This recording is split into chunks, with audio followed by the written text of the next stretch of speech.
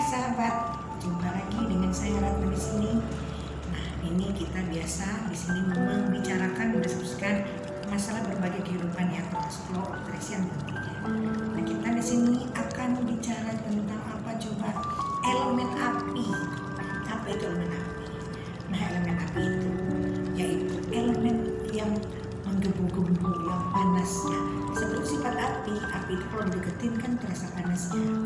Nah, kenapa elemen api ini kita bicarakan? Karena elemen api ini adalah hal-hal yang banyak merugikan dalam kehidupan kita.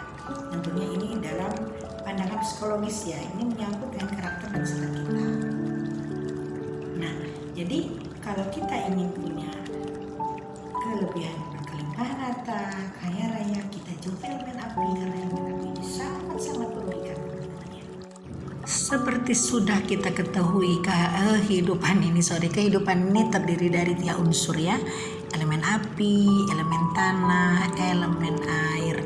Nah, ini sama pentingnya semuanya, tapi ada hal-hal yang mendominasi dalam kehidupan kita ini tergantung elemen apa sih yang ada dalam diri kita. Mungkin seseorang ini yang lebih dominannya elemen api, mungkin seseorang ini yang dominannya elemen tanah, mungkin ada elemen air. Nah, seperti halnya dengan nama elemen api tadi, elemen api ini yaitu elemen yang penuh amarah, yang penuh dengan sikap iri dengki, yang penuh sikap tidak terpuji. Tapi lain halnya dengan elemen air. Air ini kan sifatnya menghidupkan ya. Air ini sifatnya memberikan anugerah. Jadi orang-orang yang punya elemen air itu sifatnya juga tenang.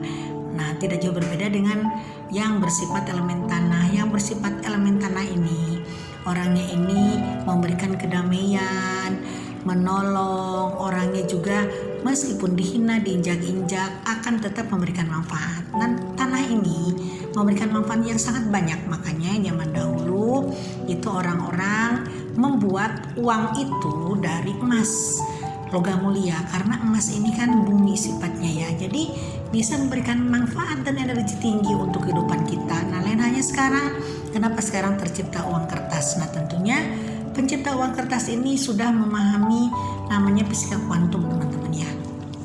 Jadi kalau kita kembali ke awal, sebaiknya memang mata uang kita juga kembali kepada logam mulia, kepada emas murni, kepada emas ya, campuran apapun ya. Karena emas ini merupakan unsur bumi, unsur yang menenangkan, karena kita pun tercipta dari bumi. Seperti teman-teman tahu kan, kita tercipta terdiri dari makanan, minuman, tentunya itu tumbuhnya dari bumi, yang diproses dengan bumi hingga bermanfaat untuk kehidupan kita. Nah, bagaimana kalau misalkan kita terlanjur sudah punya sifat elemen api? Nah, kita bisa menyikapinya dengan beberapa cara, diantaranya satu dengan meditasi. Dan meditasi ini tentunya kita cara mendekatkan diri kepada Tuhan. Gimana caranya? Dengan bermeditasi mengosongkan pikiran kita, berserah kepada Tuhan. Mau di masjid, di gereja, di rumah, dimanapun, yang penting kita kosongkan hati dan pikiran.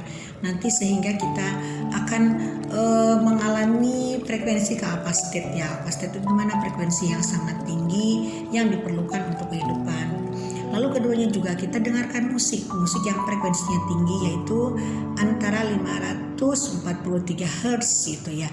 Jadi musiknya seperti apa? Musik yang menenangkan, musik yang dirasa merdu di telinga, nyaman di hati. Itulah musik yang frekuensinya tinggi. Biasanya itu musik-musik instrumen, teman-teman ya. Juga bisa musik-musik daerah, instrumen daerah, itu kan biasanya sangat menenangkan. Jadi teman-teman bisa menyikapi sifat-sifat kita yang sudah terlanjur. Misalkan saya ini punya sikap buruk, berprasangka, punya sikap-sikap yang tidak bagus. Nah, itu bisa diusahakan dengan kita meningkatkan energi dan menghilangkan elemen api. Nah, bisa juga dengan ibadah yang ketiga, teman-teman ya. Kenapa orang muslim kalau beribadah ini bersujud kepada tanah? Nah, ini juga untuk supaya tanah ini menyerap elemen api yang ada dalam otak kita dengan keadaan kita bersujud. Makanya ini agama ini mengajarkan hal yang baik sejak awal. Yang penting kita bisa enggak mengambil hikmah daripadanya. Nah, jadi yang namanya ibadah itu tetap untuk kita sendiri, teman-teman ya. Jadi yuk kita sekarang kembali bahwa apapun yang ada dalam diri kita ini yang bisa menunjukkan, bisa menentukan baik dan buruknya itu tetap pada diri sendiri. Yang keempatnya, bisa kita dengan berbuat baik kepada sesama. Misalkan kita suka menolong orang lain, kita suka memberikan sedikit rezeki dengan cara bersedekah-sedekahnya boleh macam-macam teman-teman ya. Boleh dengan cara apapun, sedekah Jumat, sedekah dengan hari-hari apapun, karena semua hari ini bagus untuk bersedekah, jadi tidak ada hari yang buruk tentunya.